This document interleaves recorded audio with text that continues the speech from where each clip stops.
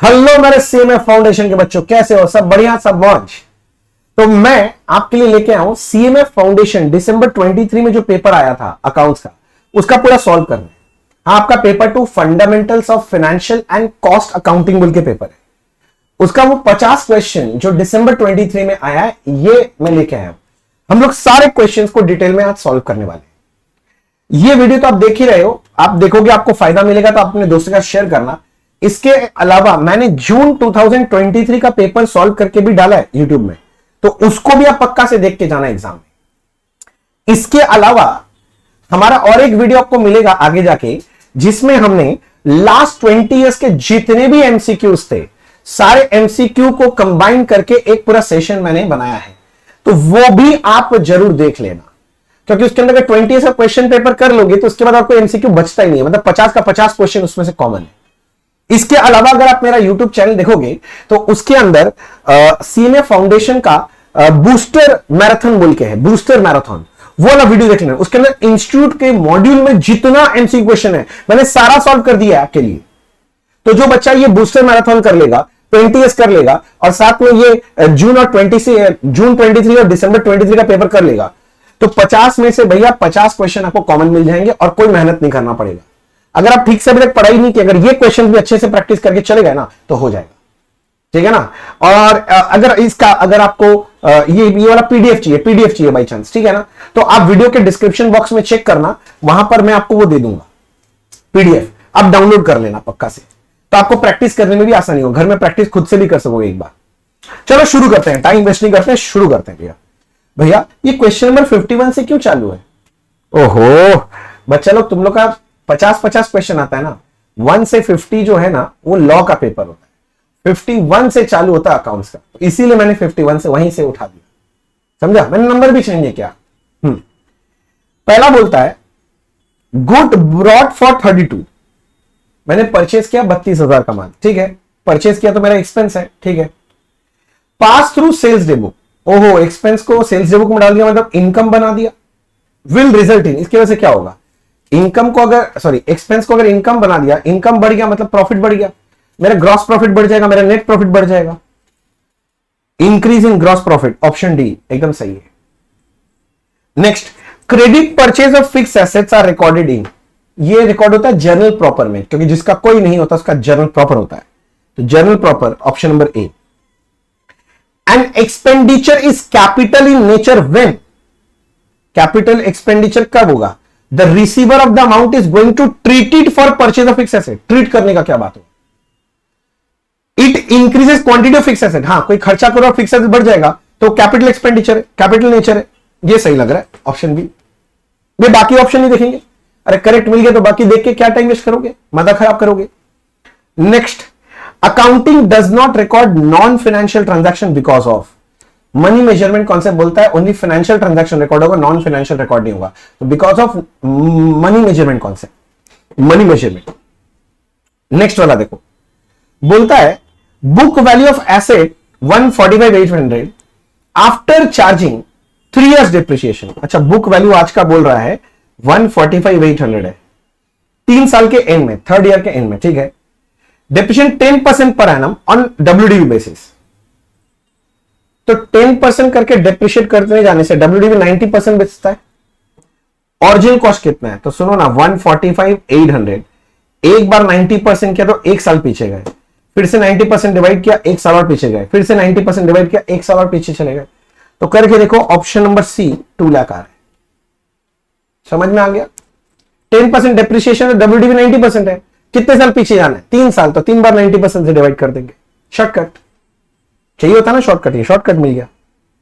अच्छा, next, which one is wrong, इनमें से कौन सा रॉन्ग है? Debit the receiver, credit the giver, ठीक ही तो है, पर्सनल अकाउंट का रूल है ये। Debit all income, credit all expense, wrong wrong wrong wrong, ये कौन सा है? Debit all expenses and losses, credit all income and gains होता है, ये रॉन्ग है, बी रॉन्ग है। विच of the following is a step of accounting cycle, accounting cycle का कौन सा स्टेप है? लेजर बनता है अकाउंटिंग साइकिल में, हाँ। एडजस्टमेंट ट्रायल बैलेंस का होता है, हाँ होता है। फाइनेंशियल स्टेटमेंट बनता है, ट्रेडिंग पेल बैलेंस शीट, हाँ बनता है, तो आंसर होगा D, all of the above. Next, ये 58 बहुत कॉमन क्वेश्चन है, कई बार एग्जाम में पूछा गया है, सेम क्वेश्चन बहुत बार पूछा है। इंस्टीट्यूट की बुक में भी शायद ये क्वेश्चन है। परचेज प्राइस ऑफ मशीन 890 है, फ्रेट एंड कार्टेज एसेट के कॉस्ट के साथ कैपिटलाइज होगा, इंस्टॉलेशन एसेट के कॉस्ट के साथ कैपिटलाइज हो जाएगा, इंश्योरेंस चार्जेस नहीं, वो तो हर साल होगा, रिकरिंग है, कैपिटल एक्सपेंडिचर नहीं है, कॉस्ट में ऐड नहीं होगा।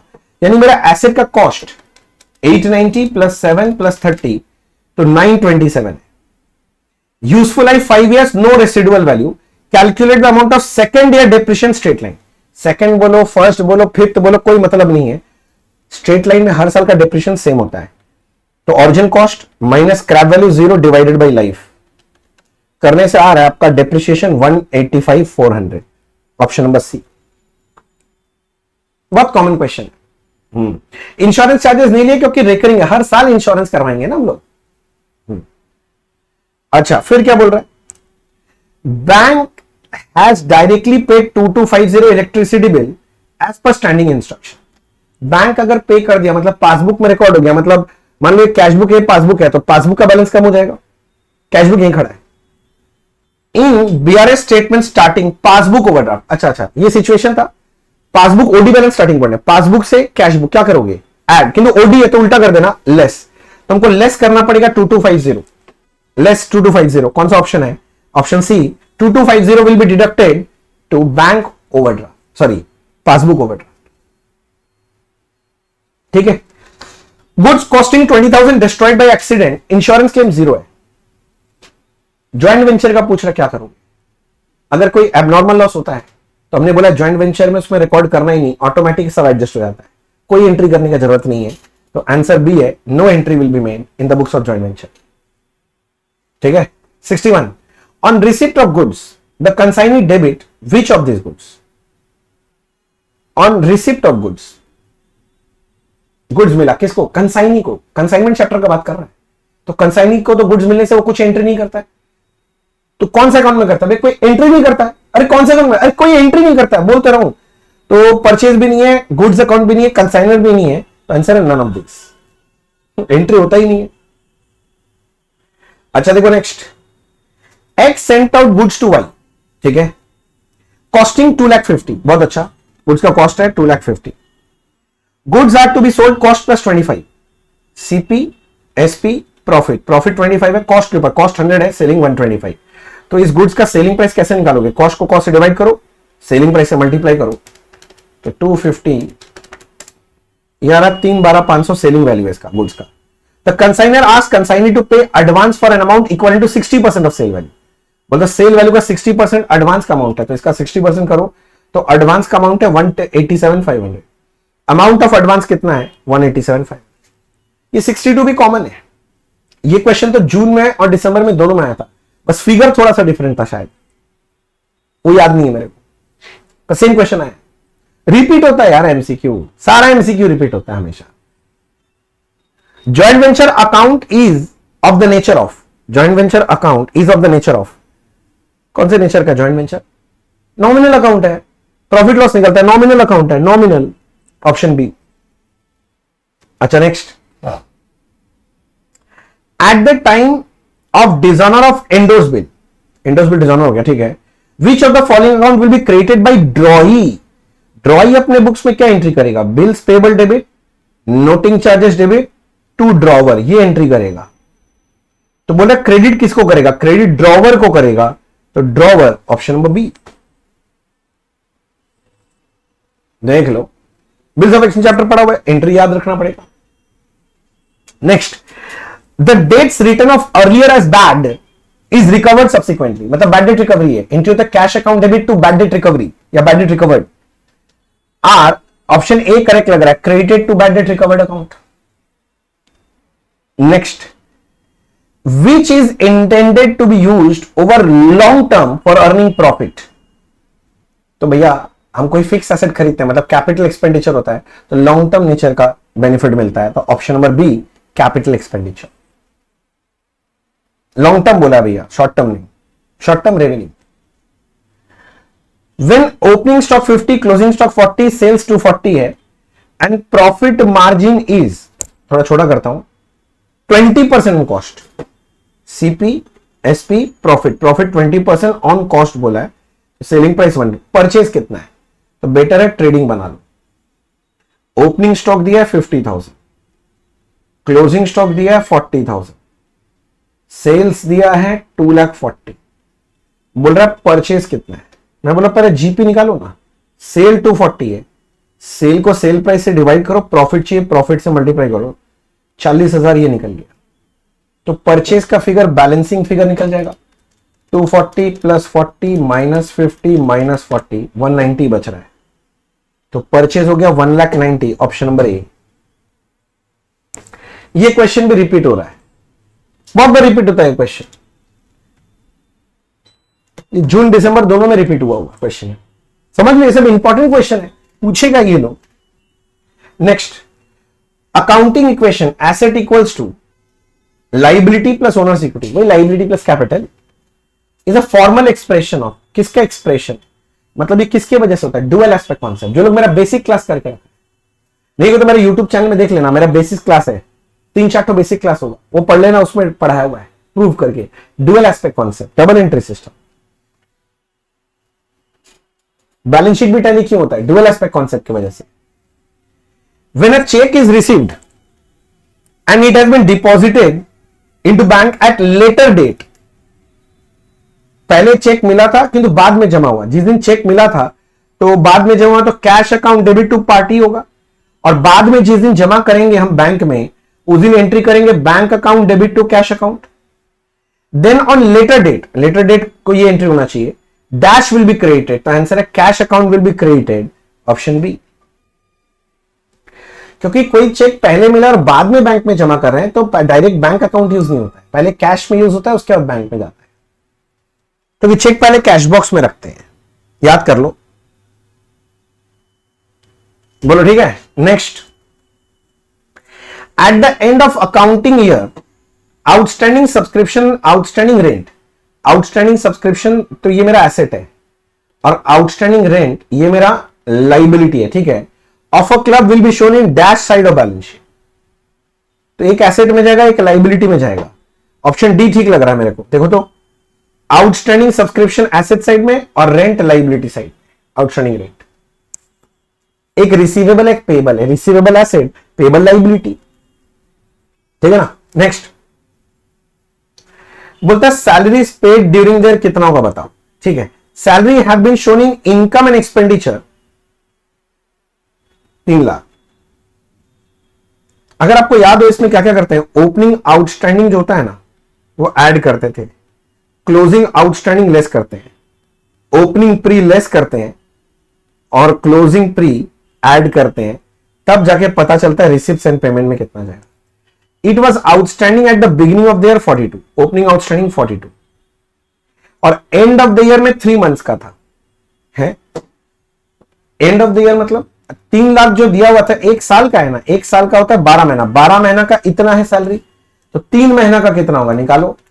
3 lakh divide by 12 into 3, 75,000 is my closing outstanding, बस। और तो कोई प्री रिसीव तो है नहीं, तो 3 लाख प्लस 42,000 माइनस 75 करने से आता है 267 रिसिप्ट्स एंड पेमेंट में जाना चाहिए, option number B, option number B. अरे ये तो कुछ भी नहीं है, इससे हम लोग भयंकर भयंकर काम करके रखे, ये सब क्या है वो बिस्ट हो गया।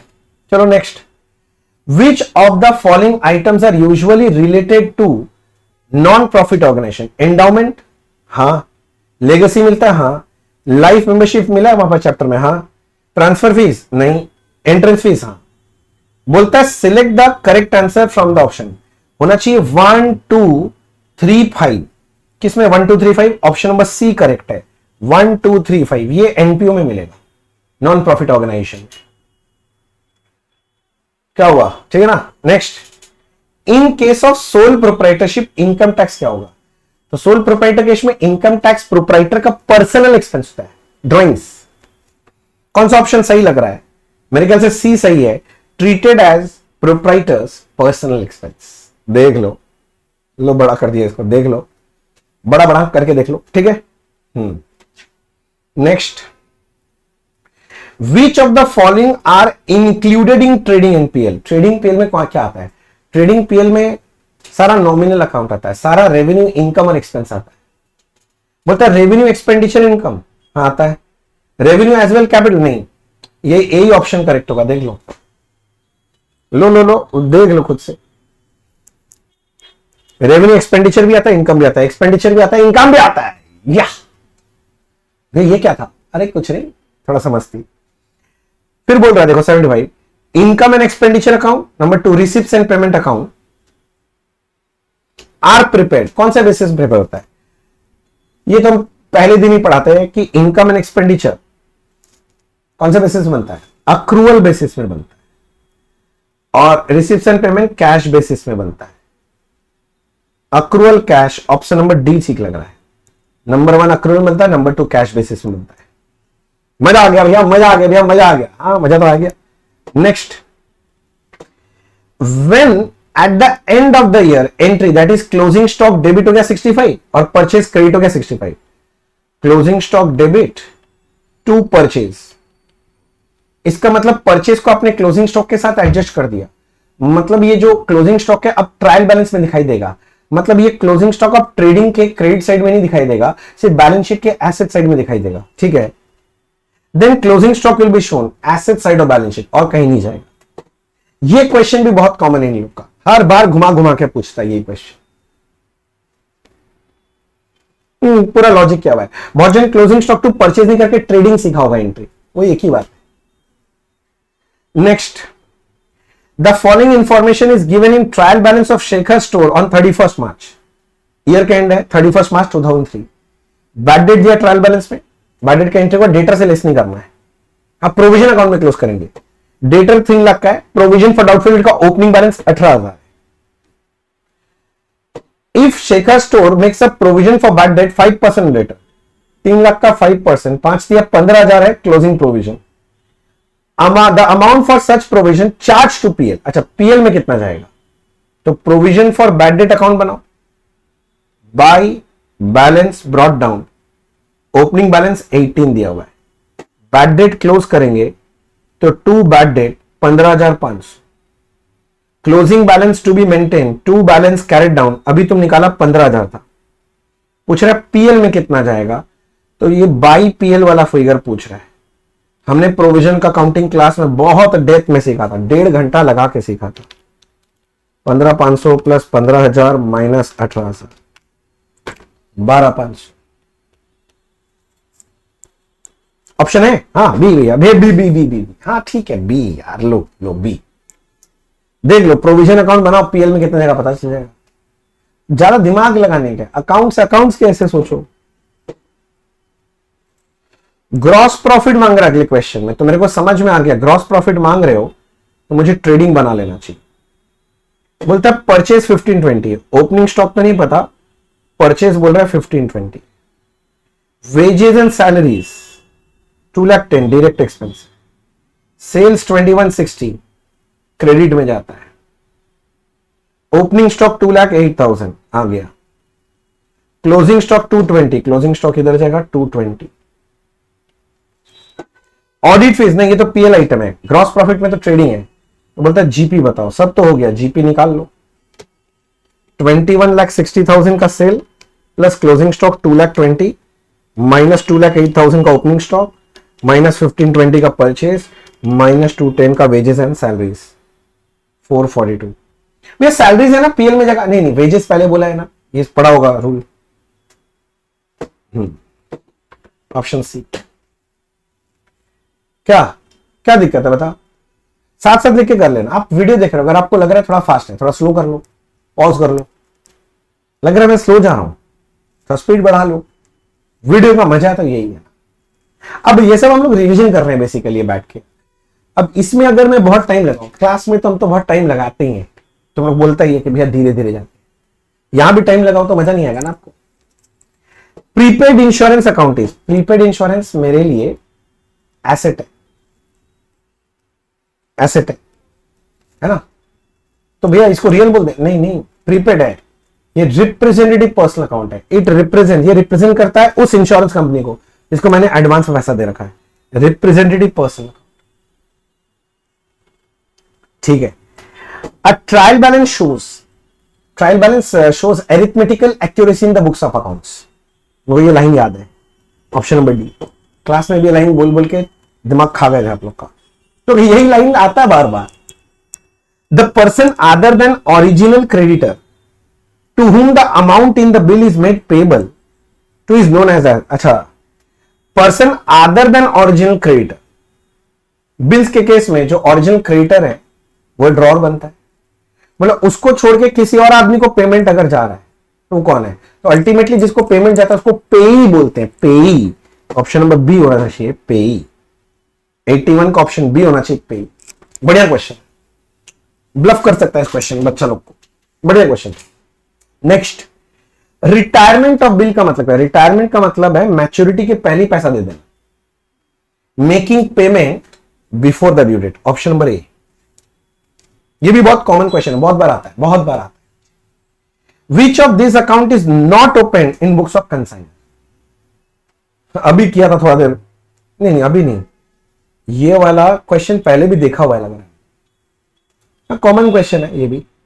अरे भाई, कंसाइनर के बुक्स में क्या बनाते हो? कंसाइनमेंट अकाउंट बना लेते हो, गुड सेंट ऑन कंसाइनमेंट बना लेते हो, कंसाइनी का अकाउंट बना लेते हो, तो बस कमीशन, यानी कमीशन मतलब कंसाइनी के बुक्स में। The profit and loss account shows the, profit and loss क्या बताता है? फाइनेंशियल रिजल्ट, यानी financial performance of a particular period, particular day नहीं, पर्टिकुलर पीरियड। तो option A, financial result of concern for a period, एक period का बताता है, इसलिए फॉर द ईयर एंडेड लिखते हैं। Which of the following is or are prepared by NPO? NPO क्या बनाता है? Reception payment, income and expenditure, balance sheet, तीन चीज बनाता है। इनकम एंड एक्सपेंडिचर बनाता है, हाँ। रिसिप्ट पेमेंट्स, हाँ। बैलेंस शीट, हाँ। ऑल, तो 85 का ऑल हो जाना चाहिए। इनडायरेक्ट मटेरियल कॉस्ट कहां जाएगा? फैक्ट्री ओवरहेड में, इसको प्रोडक्शन ओवरहेड भी बोल सकते हैं। Common question, very common. Which of the following is a part of both prime cost and conversion cost?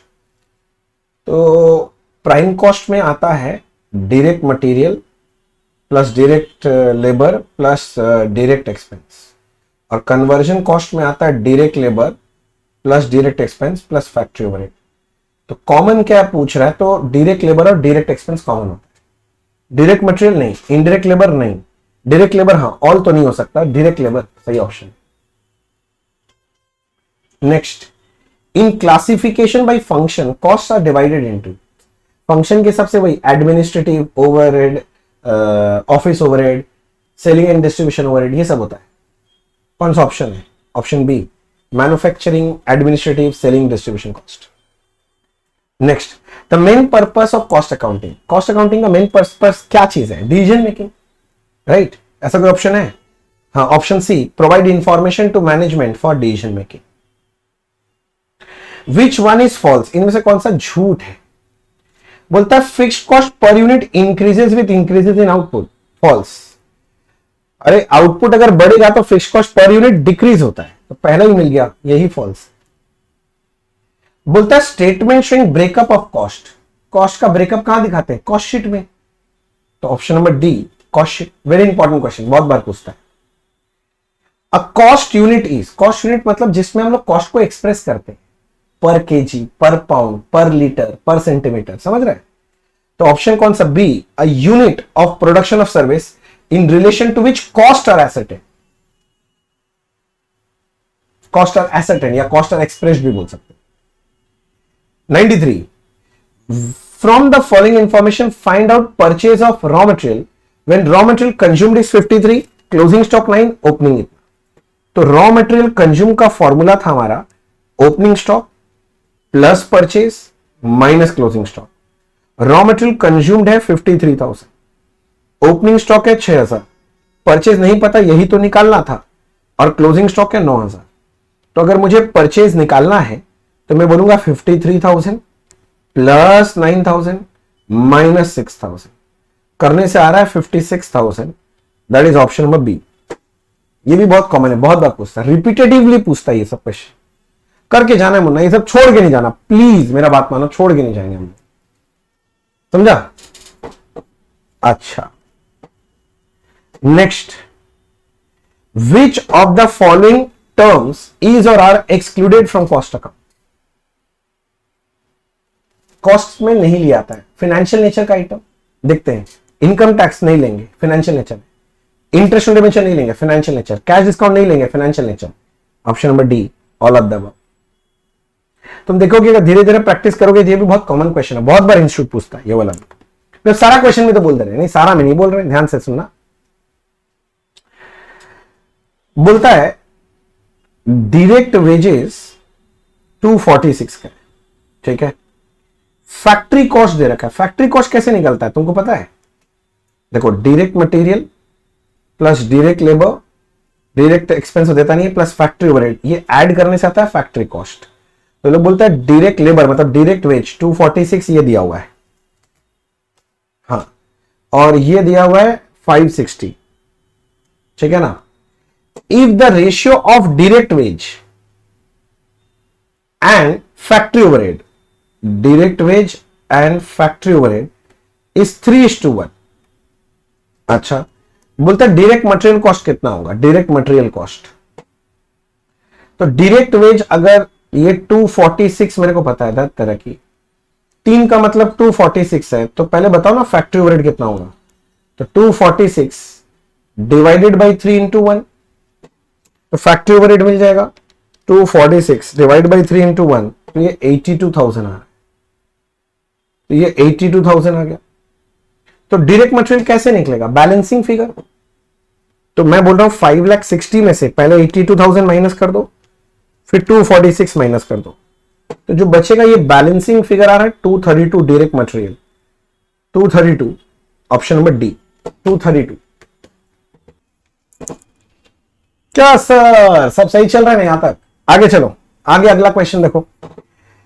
Which costing method is used by spare part manufacturing? Spare part manufacturing के लिए होता है batch costing best, batch costing. कई बार exam में पूछता है pharmaceutical industry के लिए कौन सा बेस्ट है, तो याद रखना प्रोसेस कॉस्टिंग बेस्ट। और प्रिंटिंग इंडस्ट्री भी आता है काफी कॉमन, जॉब कॉस्टिंग।